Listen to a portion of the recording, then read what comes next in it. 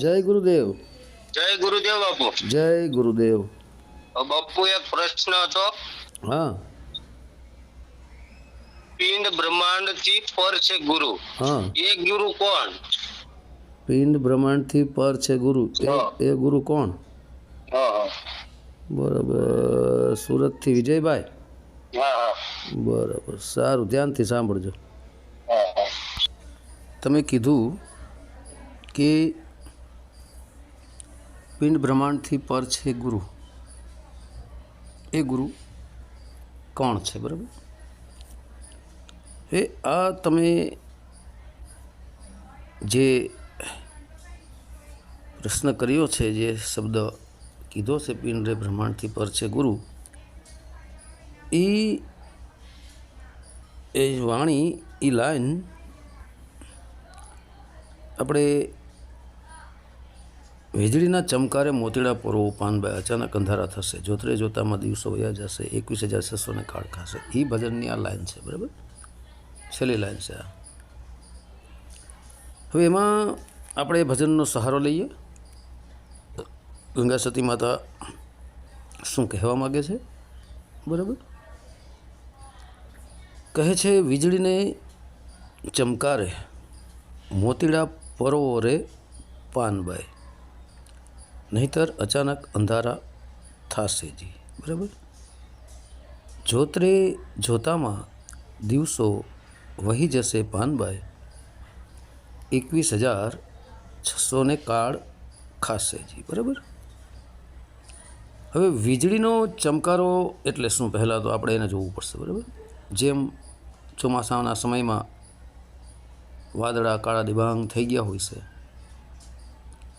ગરમી બહુ પડતી હોય છે, અચાનક વીજળીના કડાકા ભડાકા થવા લાગે. બરાબર, વીજળી ચમકારા મારે. વીજળી પહેલાં ચમકારો મારશે, વીજળી બંધ થતાં તુરંત પાછળ જ એક ગર્જના થશે શબ્દની. બરાબર, એ જ રીતે અહીં જેવી રીતે આકાશમાં વીજળી ચમકે છે, એમ આ સૂક્ષ્મણા જે નાડી છે તે વીજળીના ચમકારાની જેમ જ ઝબકે છે.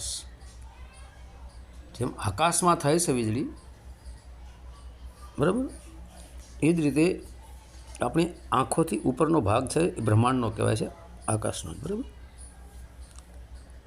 હવે એ સૂક્ષ્મણા નાડી છે ને, આપણે ચાંદલો કરીએ ત્યાં ત્રિવેણી, ત્યાંથી ઉપર સૂક્ષ્મણા નાડી છે ત્રણેયનું મિલન.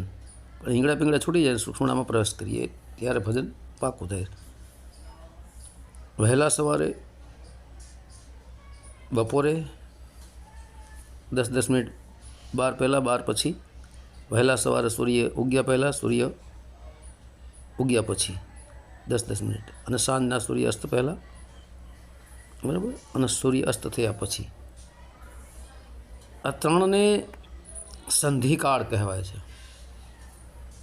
ત્યારે સૂક્ષ્મણાનું દ્વાર ખુલે. એ જ રીતે વીજળીના ચમકારે મતલબ સૂક્ષ્મણા નાડીથી પછી જ ભજનની શરૂઆત થાય. સાચા ભજનની શરૂઆત સુરતા દ્વારા કરવામાં આવે છે. પણ જ્યારે ઉપર ઉઠે છે સુરતા, ત્યારે આ વીજળીના ચમકારાની માફક સૂક્ષ્મણામાં પ્રવેશ કરે છે. જેમ વીજળીનો ચમકારો મારે છે, સૂક્ષ્મણા નાડીનો ઈશારો છે.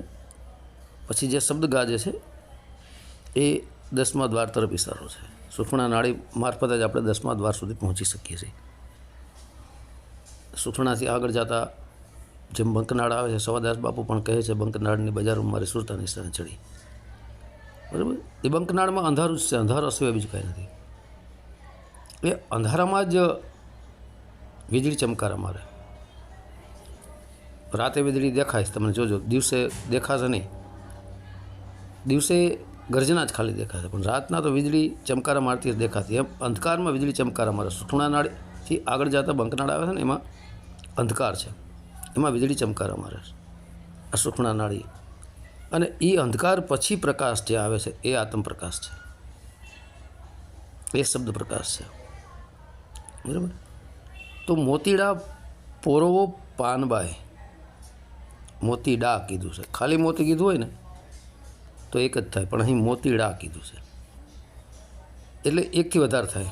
એમ સો અને હમ આમ બે થયા, એકથી વધારે થયા ને બે થયા. સો અને હમ. સોહમ શબ્દ મતલબ તમારી સુરતાની દોરીથી પોરવો. પોરવા માટે દોરી જોઈએ ને, મોતીડા પોરવો પાનભાઈ. તો મોતીડા એ સોહમ શબ્દ છે. સો અને હમ બે મોતી છે અને પોરવાના છે સુષુમ્ના નાડી આ સુરતાથી શ્વાસોશ્વાસની ક્રિયામાં જે ચાલી રહ્યો એમાં એના દ્વારા તમે સુરતાની દોરી બનાવીને એમાં સોહમ શબ્દરૂપી મોતીને તમે પોરવો પાનભાઈ. નહીંતર અચાનક અંધારા થશે, બરાબર. નહીંતર શું છે કે સમય નીકળી જશે તો આ અચાનક અંધારા થઈ જશે, મતલબ સૂક્ષ્મના નાડી બંધ થઈ જશે અને અચાનક અંધારા પણ થઈ જવાનો અર્થ છે કે આમાંથી આત્મા નીકળી ગયો શરીરમાંથી એટલે દેહમાં અંધારું જ છે. આમ પણ થઈ શકે, બરાબર. પણ જોતરે જોતામાં કે પાનભાઈ આ દિવસો વહી જશે અને 21,600 કાળ થશે. આ દિવસો ધીરે ધીરે આપણી મનુષ્ય જીવનના ઓછા થઈ રહ્યા છે. સમય પહેલાં જ જાગી જાઓ, અત્યારે જ સમય છે, જાગી જ જાઓ, બરાબર. અને ભક્તિ સ્ટાર્ટ કરી દો.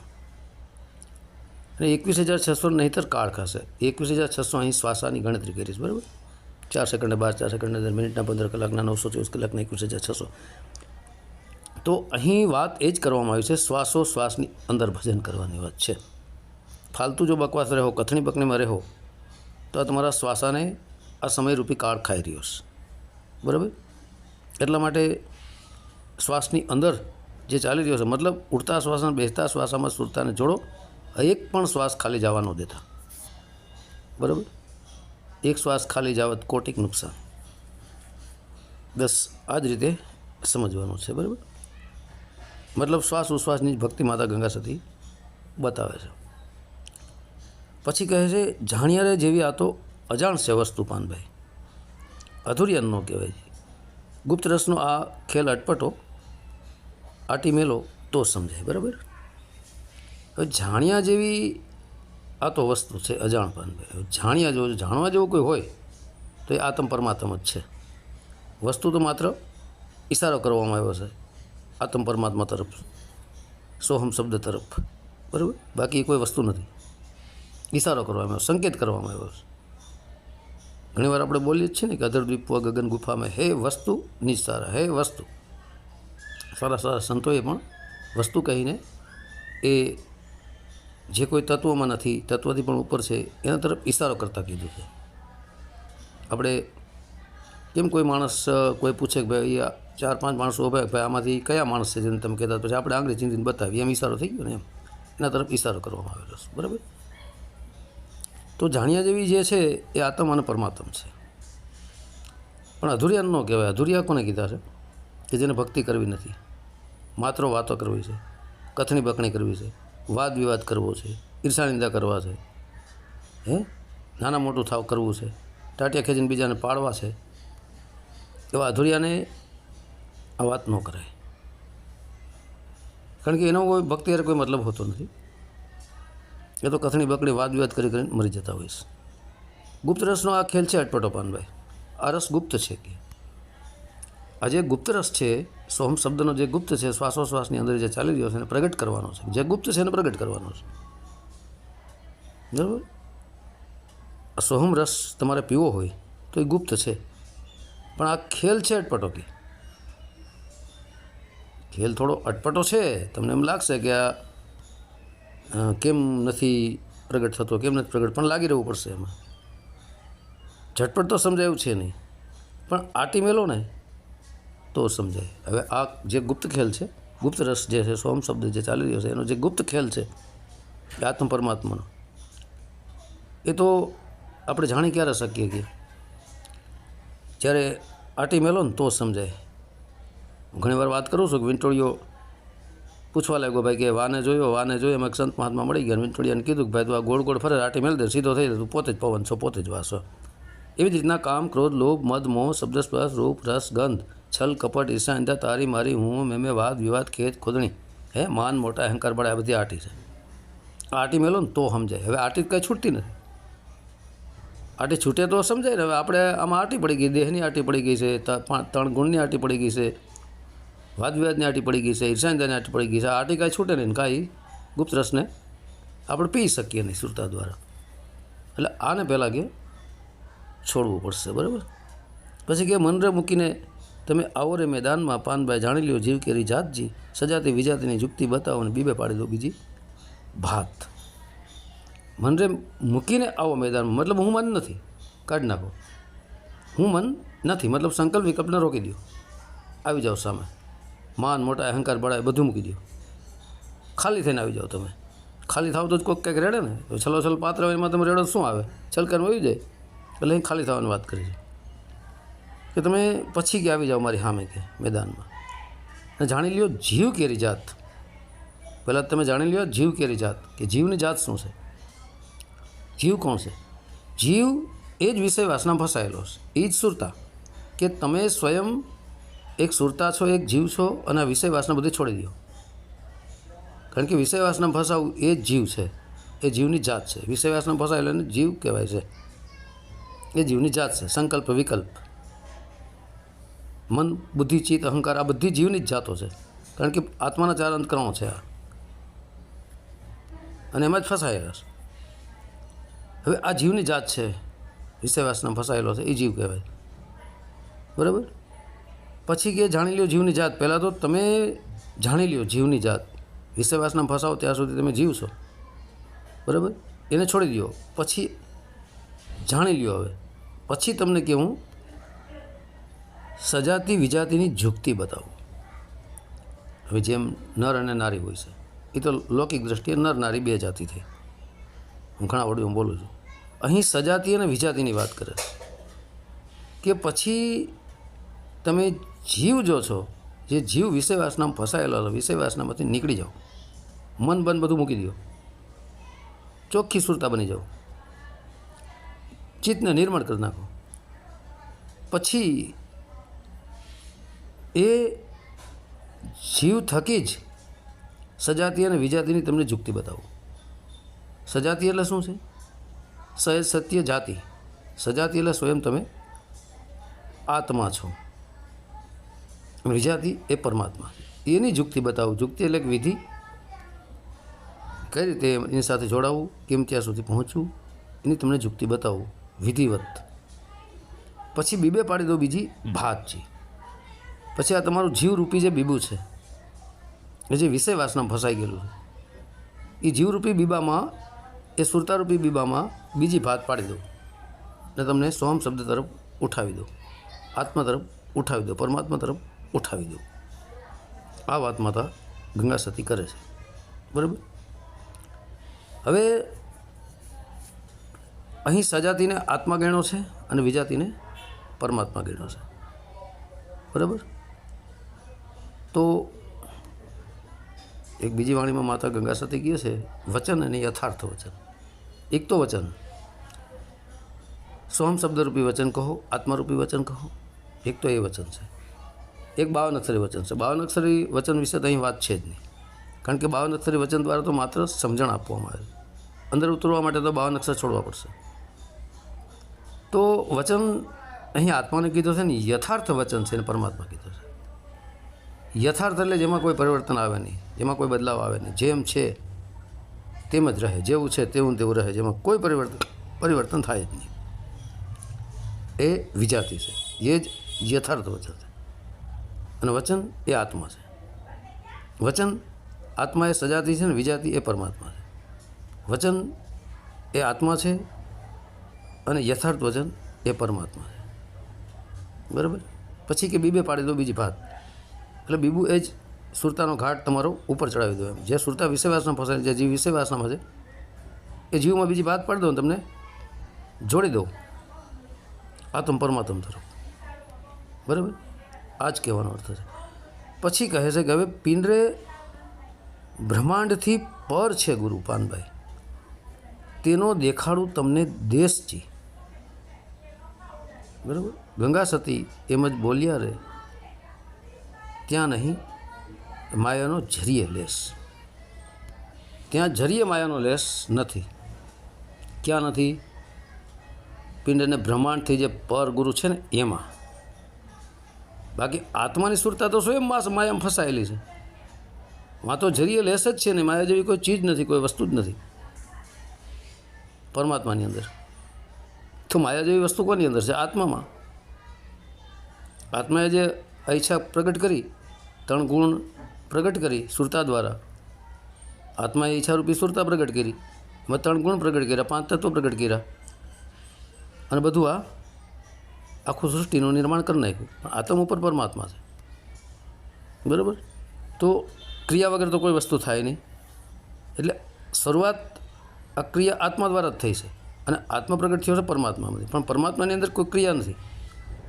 પરમાત્મા એકદમ શુદ્ધાત્મા છે, અને આત્મા એને જીવાત્મા કહેવાય છે. શુદ્ધાત્માને પરમાત્મા કહેવાય છે, બરાબર. તો એવી જ રીતના પિંડ અને બ્રહ્માંડથી પર છે ગુરુપાનભાઈ. તેનો તમને દેખાડું, તમને દેશથી. ત્યાં બિલકુલ માયા નથી. એનો દેખાડો દેશ એમ કહે છે કે એનો દેશ ક્યાં આવેલો છે, ક્યાં છે એ દેખાડો. એટલે એ પિંડમાં નથી ને બ્રહ્માંડમાં નથી. કારણ કે પિંડમાં આત્મા છે ને બ્રહ્માંડમાં આત્મા છે. એક બ્રહ્માંડી આત્મા, એક પિંડી આત્મા. તો આ જે ગુરુ છે, પરમાત્મા છે, પિંડમાં નથી ને બ્રહ્માંડમાં નથી. બધે નહીં હોવા, ક્યાંય નહીં હોવા છતાં બધે છે, બધે હોવા છતાં બધે નથી. પણ કરતા હોવા છતાં અકર્તા, અકર્તા હોવા છતાં કરતા, અને કરતા અકર્તા બેથી ઉપર પણ છે. એને પરમાત્મા કહે છે, જેને સર્વવ્યાપક પણ કહેવાય છે. તો સર્વવ્યાપક હોય તો આપણા પિંડમાં તો આત્મા છે, પરમાત્મા સર્વવ્યાપક છે, બરાબર. તો અહીં એની જ વાત કરવામાં આવે છે કે આત્માની સુરતા વિષય વાસના ફસાણી છે. તો એ સુરતા જ્યાં સુધી સોહમ શબ્દમાં નહીં લાગે, કે આત્મા તરફ ઉપર નહીં ઉઠે, ત્યાં સુધી આ વિષય વાસનામાં રહી જશે. એટલે આત્માની સુરતા સ્વયં વિષય વાસનામાં ફસાણી છે, જીવ ભાવમાં આવી ગઈ છે. જીવ કહો, સુરતા કહો, અને એ વિષય વાસનામાં ફરી રહેશે ત્યાં સુધી મુક્તિ નથી. એટલે સુરતા જ્યાં જ્યાં જશે, સુરતા વહાં મુકામ, આશા તહાં વાસા. તો એ સુરતાની સાથે સાથે આત્માને પણ જવું પડે છે. આત્મા પણ ચક્કર કાપે છે. આત્માનું કોઈ જન્મ મરણ છે નહીં. કયા આત્માનો? શુદ્ધાત્માનો. બાકી જીવાત્મા જન્મ મરણના ચક્રમાં ભરે જ છે. ભગવાન ગીતામાં શું એમ કહે છે કે અર્જુન આત્મા જન્મ અવિનાશી છે. એક શરીર છોડીને બીજા શરીરમાં જાય છે, જૂના વસ્ત્રોને ત્યાગી નવા વસ્ત્રો ધારણ કરે. એટલે આત્મા તો ફરી રહ્યું તો ફાઇનલ થયું ને. પણ પરમાત્મા સ્થિર છે. સ્થિર છે, અચલ છે, વિનાશી છે. સ્થિર હોવા છતાં બધી જગ્યાએ છે, અચલ હોવા છતાં બધે એની શક્તિ છે. એ પરમાત્મા કે આવતાય નથી ને જાતાય નથી. આવે ના જાવે, જન્મે ના મરે, એ પરમાત્મા. આવે અને જાય એ દિવ્ય આત્મા છે. પરમાત્માના દિવ્ય આત્મા શરીર ધારણ કરીને આવે છે. જગતારણ કારણ દેહ ધરે. બાકી પરમાત્મા કે આવતા નથી કે જાતાય નથી. આવે જ આવે છે આત્મા છે. એ દિવ્ય આત્મા પરમાત્માનો અંશ જ છે, બરાબર. હવે તમારા પ્રશ્નો ઉપર આવીએ. પિંડ બ્રહ્માંડથી પર છે ગુરુ, તો એ ગુરુ કોણ છે, બરાબર. આમાં સમજાય તો ગયું જ હશે, છતાંય વ્યવસ્થિત વાત કરીએ. જે શ્વાસોશ્વાસની અંદર સોહમ શબ્દ ચાલી રહ્યો છે, બરાબર. અંદર બહાર બે બાજુ ચાલી રહ્યો છે. તો આ જીવરૂપી સુરતા વિષય વાસનામાંથી કાઢીને મન, ચિત્ત, બુદ્ધિ, અહંકાર ચારે એક થઈ જાય. અવચેતન મન તો ત્યાં રહેતું જ નથી. ચેતન મન નિર્વિકલ્પ બની જાય, સંકલ્પ વિકલ્પ છૂટી જાય, ત્યારે સુરતાના સ્વરૂપમાં ફેરવાય છે. આપણે ઘણા ઓડિયોમાં આ વાત કરી ગયા છે. સંકલ્પ અને વિકલ્પ ખતમ થયા એટલે પાછળ બુદ્ધિ પણ ગઈ, ચિત્ત પણ ગયું, અને અહંકાર પણ ગયો. ચારે એક થઈ ગયા અને શૂન્ય અવસ્થાને પ્રાપ્ત કરી ગયા, બરાબર. સંકલ્પ વિકલ્પ બંધ થઈ ગયેલા, શૂન્ય અવસ્થા થઈ. હવે શૂન્ય અવસ્થા થઈ ત્યારે સોહમ શબ્દ પ્રગટ થાય છે. અહીં શૂન્યથી ઉપર છે સોહમ શબ્દ. હવે સુરતા શૂન્ય અવસ્થાને પ્રાપ્ત કરીને એ સુરતા ત્યાં જોડ થઈ શ્વાસોશ્વાસની ક્રિયામાં, બરાબર. ત્યારે એ સુરતા સ્વયં સોહમ સ્વરૂપ બની જાય છે. જીવ મટીને એ શિવ સ્વરૂપને પ્રાપ્ત કરે છે. કેવી રીતે? કે સો શબ્દ, સોહમ, બરાબર. આ શ્વાસોશ્વાસમાં સોહમ શબ્દની અંદર સુરતા તો લઈ થઈ ગઈ. મન, ચિત્ત, બુદ્ધિ, અહંકાર કાંઈ રહ્યું નહીં. આ ખ્યાલ જ બધો અવચેતન મનનો છે ને. કાંઈ રહ્યું જ નહીં તો શું રહ્યું? સોહમ શબ્દ માત્ર એક જ છે. જે શ્વાસોશ્વાસમાં ચાલે છે. હવે અહીં શ્વાસ અને ઉશ્વાસ એની અંદર શબ્દ જે ગાજી રહ્યો છે, શ્વાસ અને ઉશ્વાસને અહીં વાયુ કહેવામાં આવે છે, પવન છે. દૂર દૂરથી જેમ પવન સુગંધ અને દુર્ગંધ બંને આપણી સાથે પાસે લઈને આવે છે, એમ આપણી ઉપર કોઈ સમજી લો 25-50 મીટર ઉપર કોઈ મૃતક પ્રાણી પડ્યું છે અને એ પ્રાણી 1-2 દિવસથી એનું શરીર નષ્ટ થવા આવી ગયું છે, એમાંથી દુર્ગંધ આવશે અને એ વાયુ દુર્ગંધ લઈને આપણા સુધી આવે 25-50 મીટરથી, બરાબર. તો એ દુર્ગંધ વાયુમાં છે પણ વાયુ દુર્ગંધમાં નથી. આપણા સુધી આવી જાય ને એનો અમુક અંત આવી જાય એટલે દુર્ગંધ ખતમ થઈ જાય, ફેલાઈ જાય, માત્ર વાયુ જ બચે. સુગંધ પણ આ જ રીતે સમજવાનું છે, વાયુ લઈને આવે છે. એવી જ રીતના સુગંધ અને દુર્ગંધમાં વાયુ છે, સુગંધ અને દુર્ગંધમાં વાયુ છે પણ વાયુની અંદર સુગંધ દુર્ગંધ નથી એમ. છતાંય વાયુ તે નથી, નિર્વિકલ્પ જ રહી હશે એમ, બરાબર. જે રીતે ભગવાન કૃષ્ણ કહે છે ને કે અર્જુન, વિષય વાસનાઓમાં હું નથી પણ વિષય વાસના મારામાં છે, પણ હું વિષય વાસનામાં નથી. કમળનું ફૂલ પાણીમાં હોય છે તો પાણી પર એવી રીતની દશા છે. તો હવે આ સોમ સ્વરૂપ આપણે બન્યા, આપણે ઘણા ઓડિયોમાં બોલી જ ગયા છે, બરાબર. ઈંગડા પીંગડા સ્થિર કરી સુખણા દ્વાર પકડીને આગળ વધીએ, દેહથી વિદેહ થાય, બ્રહ્મરંધ્ર બ્રહ્મ એ આત્મા છે, રંધ્ર હોલકાણામાંથી વિદેહ થાય છે. કેટલા ઓડિયોમાં બધી વાત કરી ગયા છે, ક્લિયર, બરાબર. હવે અહીં પોઈન્ટ તમારા પ્રશ્ન લેવાનો છે કે જ્યારે આપણે સોહમ સ્વરૂપ બની ગયા ત્યારે સો શબ્દ ક્યાંથી આવે છે? બહારથી આવે છે. સો શબ્દ બહારથી આવી રહ્યો છે. ક્યાંથી? બહારથી ક્યાંથી? ધરતી અને આસમાનની વચ્ચે ખાલી જગ્યામાંથી, જે શ્વાસને ખેંચીએ એમાં. એમ આપણે પવનને ખેંચો તો પવનની અંદર 100 શબ્દ પ્રગટ થયો. જેવી રીતે આગળ મેં વાયુની વાત કરી એવી જ રીતના અહીં સોહમ શબ્દની અંદર પવન છે પણ સોહમ શબ્દ પવનમાં નથી એમ. 100 શબ્દ જે બહારથી આવ્યો, વાયુ જરી અંદર ગયો ને આપણને એક અવાજ આવ્યો, તો એવું નથી સમજવાનું કે એ વાયુમાંથી, પણ એ વાયુ એ સ્વરૂપી પરમાત્મા છે પણ પરમાત્મા વાયુ નથી એમ, આમ સમજી લેજો. એ 100 શબ્દ ક્યાંથી આવ્યો? દેહથી વિદેહથી, ખાલી જગ્યામાંથી, ધરતી અને આસમાનની વચ્ચેથી. એ ખાલી જગ્યાને જ પરમાત્મા કહેવાય. જેમાં અસ્ત્રો કાપો, ગમે એ કાપો, આપણે બધી વાત કરી ગયા છે, એને કાંઈ ન થાય. ખાલી જગ્યાને કોઈ પલાળી ન શકે ને કોઈ વાયુ એને સૂકવી ન શકે ને તલવાર ગમે એટલી મારો કપાય નહીં, પાણી ગમે એટલું નાખો ભીંજાય નહીં. ખાલી જગ્યાને શુદ્ધાત્મા એ જ પરમપિતા પરમાત્મા, જ્યાં લેસ માત્ર માયા નથી. અને આત્મા જે છે ને એ વિષય વાસનામાં સુરતા દ્વારા ફસાયેલો છે. આત્માએ તો સ્વયં ઈચ્છા પ્રગટ કરી છે, આત્માએ સ્વયં જ માયા પ્રગટ કરી છે. ઈચ્છારૂપી ખેલા નહીં આપણે બોલ્યા આગળ, આત્માએ સ્વયં જ માયા પ્રગટ કરી છે ને.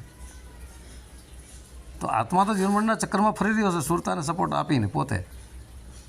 જોકે એનો આત્માનો કોઈ જન્મમરણ નથી થતો, શુદ્ધ આત્માનો. બાકી જીવાત્મા જન્મમરણના ચક્કરમાં ફરી રહ્યો છે, છતાં એનો તો જન્મ થતો જ નથી. જન્મ મરણ તો શરીરનું થાય છે. એ તો જીવ છે ને, એ તો ઈશ્વરનો જીવ અવિનાશી જ છે, જીવાત્મા. એનો નાશ થવાનો જ નથી, બરાબર. હવે 100 શબ્દ શ્વાસ ખેંચો એટલે દેહથી વિદેહ જે છે, 100 શબ્દ દેહની અંદરનો તો દેહથી બહારથી આવ્યો, એટલે એ 100 શબ્દ છે એ જ ગુરુ છે,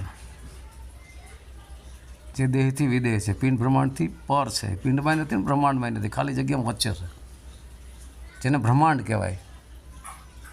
પિંડ બ્રહ્માંડથી પર છે. બ્રહ્માંડ આસમાનમાં દેખાય, આપણા મસ્તકના મધ્ય ભાગને બ્રહ્માંડ સમજો, પિંડને દેહ સમજો, એવી રીતના, બરાબર. તો એ તો ખાલી જગ્યામાં છે ને એમ. ખાલી જગ્યામાં બ્રહ્માંડય નથી અને પિંડય નથી. આપણે એકવાર વાત કરી ગયા છે એ કેવી રીતે છે એમ. દેહથી વિદેહ થયા તમે એટલે બ્રહ્માંડથી વિદેહ થઈ ગયા, પિંડ બ્રહ્માંડ, એવી રીતના, બરાબર. તો 100 શબ્દ દેહની અંદરથી નથી આવતો, દેહથી બહારથી આવે છે. એટલે 100 એ ગુરુ છે અને હમ એ આત્મા છે. હમ દેહની અંદરથી બહાર જાય છે. 100 હમ ખેંચો શ્વાસ એટલે 100 ક્યાંથી? બહારથી આવ્યો. હમ બહારથી અંદર ગયો, એટલે અંદરથી બહાર ગયો, એ આત્મા છે. આત્મા દેહમાં છે, હમ શબ્દ દેહમાં છે, 100 શબ્દ દેહથી વિદેહ છે. આમ બે મળીને સોહમ થાય. આમ બે મળીને આત્મા અને પરમાત્મા થાય. સોહમ કે જે તમે છો તે જ હું છું, જો તું સો હમ, બરાબર. એવી રીતના એટલે સો શબ્દ ક્યાં થયો? દેહથી વિદેહ થયો ને. અને હમ શબ્દ ક્યાં થયો? દેહની અંદર થયો. અંદર થયો દેહની. હમ એ આત્મા થયો. હમ એટલે હું સ્વયં પોતે, હું આત્મા. સો એટલે સ્વયં પરમાત્મા. આ આત્મા પરમાત્માનું મિલન છે. હવે સુરતા તો વિલીન થઈ ગઈ સોમ શબ્દમાં, સુરતાનું અસ્તિત્વ નથી રહ્યું. બરાબર. પછી હમરૂપી જે આત્મા છે એ સ્વરૂપી પરમાત્માને પકડી અને દેહથી વિદેહ થાય છે. સો શબ્દને પકડી લે છે. સો શબ્દને પકડી લીધો એટલે હમ શબ્દ ખતમ. સો સ્વરૂપમાં ફેરવાઈ ગયો. દેહથી વિદેહ થયો ને આત્મા, સો શબ્દમાં વિલીન થઈ ગયો એટલે એ પરમાત્મા સ્વરૂપ બન્યા. બાકી અંદર બહાર જ્યાં સુધી શ્વાસ ચાલી રહ્યો હતો ત્યાં સુધી હમરૂપી આત્મા દેહમાં હતો, સો પરમાત્મા બહાર હતો. પણ બે એક થઈ ગયા. હમરૂપી શબ્દ પરમાત્મામાં વિલીન થઈ ગયો, સ્વરૂપી પરમાત્મામાં. એટલે એ આત્મા પછી પરમાત્મા બને, જેને હું શુદ્ધાત્મા કહું છું. પછી સોની પાછળ ઓ પણ લાગે. સો એક રસ શબ્દ ચાલે, આપણે ઘણી વાણીમાં વાત કરીએ. પછી એ સો જે શબ્દ છે ઓમાં સમાઈ ગયો. અહીં સોને તમે સોહમ સમજો, ઓને ઓહમ સમજો. એટલે ઓહમ એ પરમાત્મા છે. અહીં સોહમ જે આદિ સોહમ છે એ આત્મા છે અને અનાદિ સોહમ છે પરમાત્મા છે. અહીં અનાદિ ઓમકારને સમજો તમે. એક ઓમકાર કરતાં પુરુષ સત્યનામ, આ જ સત્યનામ છે. પછી એ ઓમકાર રૂપી પણ આગળ વધતો જે હું ઘણીવાર કહું છું કે ઓમકાર તમે તગડો લખો, તગડાની ઉપર બીજ કરો અને બીજની ઉપર શૂન્ય કરો. એટલે શૂન્ય છે એને તમે પરમાત્મા સમજો, બીજ છે આત્મા સમજો, અને તગડાને અંડપિંડને બ્રહ્માંડ, ત્રણ લોક સમજો. અંડ એટલે શરીર, પિંડ એટલે શુક્ર કહો, મન કહો, અને જે બ્રહ્માંડ છે એને આપણો મસ્તકનો મધ્ય ભાગ સમજો. બરાબર. એવી જ રીતના એ તગડો છે, અંડપિંડ ને બ્રહ્માંડ, એ ત્રણ લોક છે. પાતાળ, પૃથ્વી અને આસમાન, આ ત્રણ લોક છે. ત્રણ લોકથી ઉપર કોણ છે? આત્મા છે. બીજી એક વાણીમાં પર કીધું છે ને આપણે માતા ગંગા સેતે કે વચન 14 લોકથી ન્યારું છે. આ 14 લોક, 7 લોક પાતાળમાં છે, 7 લોક આપણા શરીરમાં છે. બરાબર. તો એવી રીતના આ પિંડી જે આત્મા છે એ બ્રહ્માંડમાં રહી અને આ બ્રહ્માંડ સહિત અંડ અને પિંડ બેન ચલાવે છે. એટલે અંડ અને પિંડને બેન ચલાવે છે એટલે ચલાવનારો ત્યાંથી જુદો તો છે જ, પણ છતાં એની અંદર છે તો ચલાવી શકે ને. પણ જે પરમાત્મા છે એ પિંડમાંય નથી, બ્રહ્માંડમાંય નથી, અંડમાંય નથી, બેથી ઉપર છે. એટલે એ શૂન્ય છે, મહાશૂન્ય, જેને હું પરમપિતા પરમાત્મા કહું છું. આઠમું શૂન્ય પણ કહું છું, સાતમા શૂન્ય અને આત્મા કહું છું. નીચે તગડો છે, 3 લોક છે. તો 3 લોકથી ઉપર આત્મા છે. બરાબર. અને આત્માની ઉપર મહાશૂન્ય જે છે એ પરમાત્મા છે. ઉપર શૂન્ય છે, જ્યાં કાંઈ છે જ નહીં. શૂન્ય એટલે બિલકુલ ખાલી, કોઈ વસ્તુ નથી ત્યાં, એકદમ ખાલી. એમાં ખાલી જગ્યા છે ને જ મહાશૂન્ય છે. એટલે દેહથી વિદેહ થાય તો જ મુક્તિ સંભવ છે. આ જગ્યાએ એ ગુરુ કોણ છે? એ સો ગુરુ છે. સો અને ઓ, સો ઓમાં સમાઈ જાય. એ સો શબ્દ બહારથી આવે છે. સોની સાથે ઓ જોડાયેલો છે અને ઓથી આગળ વધો એટલે અજોડાયેલો, અથી આગળ વધો એટલે કાંઈ નથી. તો જ્યાંથી ઓમકાર શબ્દ પ્રગટ થયો છે અનંત પ્રકાશમાંથી, તો ઓમકાર એ પરમાત્મા છે અને અનંત પ્રકાશ એ પરમાત્મા છે. આપણે ઘણા ઓડિયોમાં વાત કરી છે. સરવાળે બે એક જ છે. પરમાત્માનું નામ ઓમકાર છે, આત્માનું નામ સોમકાર છે. આમ ઓમ સોમને પણ આત્મા પરમાત્મા કહે છે અને સૂર્ય સમાન પ્રકાશને આત્મા કહે છે અને અનંત સૂર્યને પરમાત્મા કહેવાય છે. આ જ રીતે સમજવાનું. તો એ ગુરુ કોણ છે? એ ગુરુ દેહથી વિદેહ છે. એ 100 રૂપી ગુરુ છે. એ 100 રૂપી જે ગુરુ છે એ જ પરમ ગુરુ છે, એ જ પરમપિતા પરમાત્મા છે. જે દેહથી પરમપિતા પરમાત્મા જ આખી દુનિયાનો ગુરુ એક જ છે. અને પરમપિતા પરમાત્માની જ શક્તિ અણુ અણુમાં, સ્થાવર જંગમ, જલમાં, થલમાં, કણકણમાં, બધી જગ્યાએ એ જ વ્યાપક છે. એના વગર એક કણ પણ ખાલી નથી. એના વગર કોઈ વસ્તુ ખાલી ન હોય. તો કીડીથી કુંજર સુધી બધા એમ હોય ને. એટલા માટે હું ઘણા ઓડિયોમાં બોલું છું કે સાચા સંતની દૃષ્ટિ સમાન બની જાય. સમાન દૃષ્ટિ, બધું સરખું. એ પછી કોઈથી રાગ પણ નથી કરતો, કોઈથી દ્વેષ પણ નથી કરતો. એની પાસે ઈર્ષા નથી, નિંદા નથી, વાદ નથી, વિવાદ નથી, માન નથી, મોટાઈ નથી, અહંકાર નથી, કોઈ મિત્ર નથી, કોઈ શત્રુ નથી. એનો સમદ્રષ્ટિ જેની બની જાય. એ સમદ્રષ્ટિવાળાને સંત કહેવાય છે. બાકી નાના મોટા કરતા હોય, વાદ વિવાદ કરતા હોય, ઈર્ષા નિંદા કરતા હોય, એની સમદ્રષ્ટિ નથી થઈ હજી. એટલે એ સંતની શ્રેણીમાં ન આવે, કારણ કે જેની સમદ્રષ્ટિ નથી થઈ, નાના મોટું દેખાય છે, વાદ વિવાદમાં પડે છે, એક કે હું મોટો, બીજો કે હું મોટો, એક કે હું ગુરુ, મારો ગુરુ મોટો, બીજો કે મારો ગુરુ મોટો, એક કે મારી પાસે મુક્તિ છે, બીજો કે મારી પાસે છે, એક કે મારું જ જ્ઞાન સર્વશ્રેષ્ઠ છે. એટલે એની સમાન દૃષ્ટિ નથી, જ્ઞાન નાના મોટું છે. એને સંત ન કહેવાય. એ માન અભિમાન અહંકારના ચક્રમાં ફસાયેલા છે. જેની પર જ્યાં અહંકાર છે એની જ્ઞાન ઝીરો થઈ જાય. અહંકાર આવે એટલે જ્ઞાન નષ્ટ થઈ જાય. જ્ઞાન જો પચાવી જાણો તો એ અમૃત છે, જ્ઞાનનું અભિમાન આવી જાય, ઝેર બની જાય. એમ સાચો જ્ઞાની પોતાની જાતને હંમેશા અજ્ઞાની કહેશે.